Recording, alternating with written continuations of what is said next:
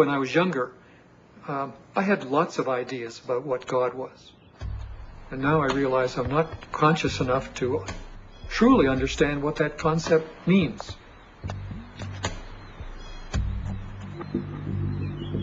That I am at one with the great being that made me and brought me here and that formed the galaxies and the universes, etc.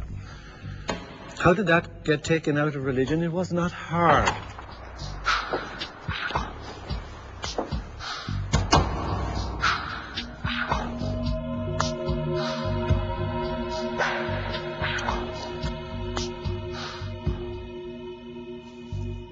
Most of the problems that religion and various philosophical movements down through the centuries have produced have been errors because that's where they started.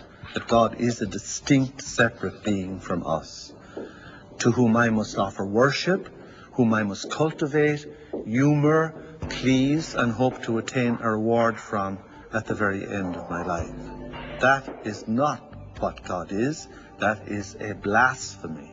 God is such a broad thing, most of the parts of which that are associated with organized religion is something that I sort of recoil at, and something that I think has done a lot of harm to the world, done harm to women, done harm to oppressed peoples, done harm to the World Trade Center. And yet, at the same point, we have the epitome of a great science.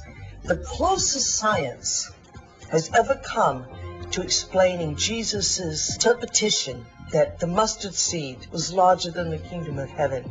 And the only science that can fit into that analogy is quantum physics.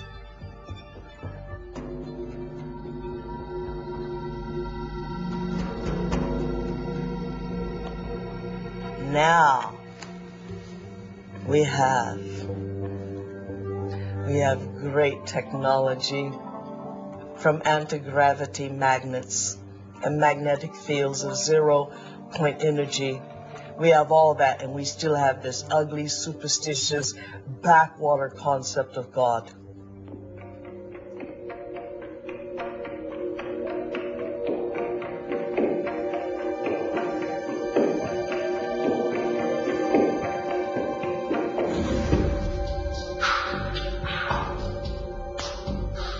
People fall into line very readily when they're threatened by these cosmic sentences of everlasting punishment. But this is not how God is.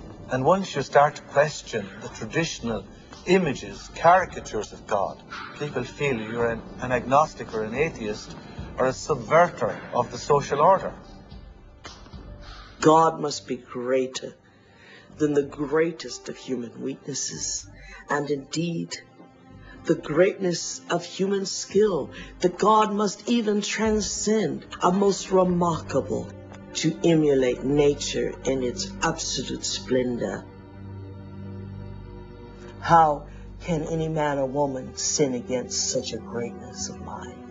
How can any one little carbon unit on Earth, in the backwaters of, indeed, the Milky Way, the boondocks, betray God Almighty?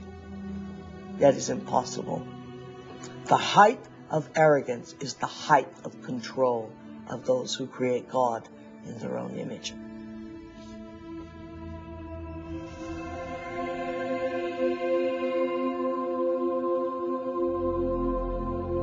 It's the only planet in the Milky Way that has habitation that is steeped in enormous subjugation of religion.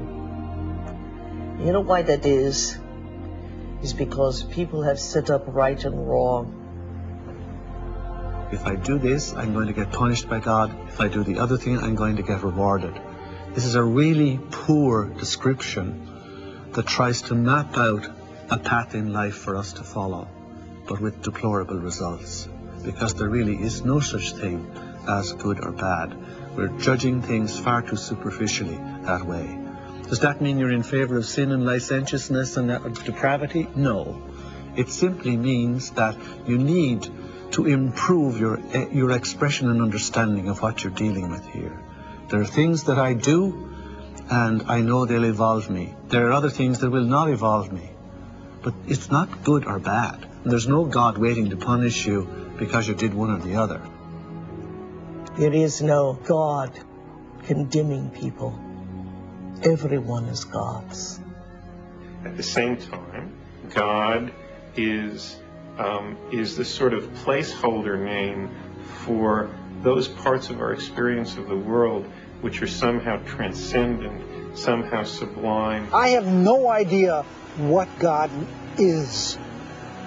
Yet I have an experience that God is. There is something very real about this presence called God. Although I have no idea how to define God, to see God as a person or a thing, I can't seem to do it. It's kind of like asking a human being to explain what God is similar to asking a fish to explain the water in which the fish swims. God is a superposition of all the spirit from all things. You are a God in the making, and you have to walk this path. But someday, you have to love the abstract as much as you love the condition of addiction. The only way that I will ever be great to myself is not what I do to my body, but what I do to my mind.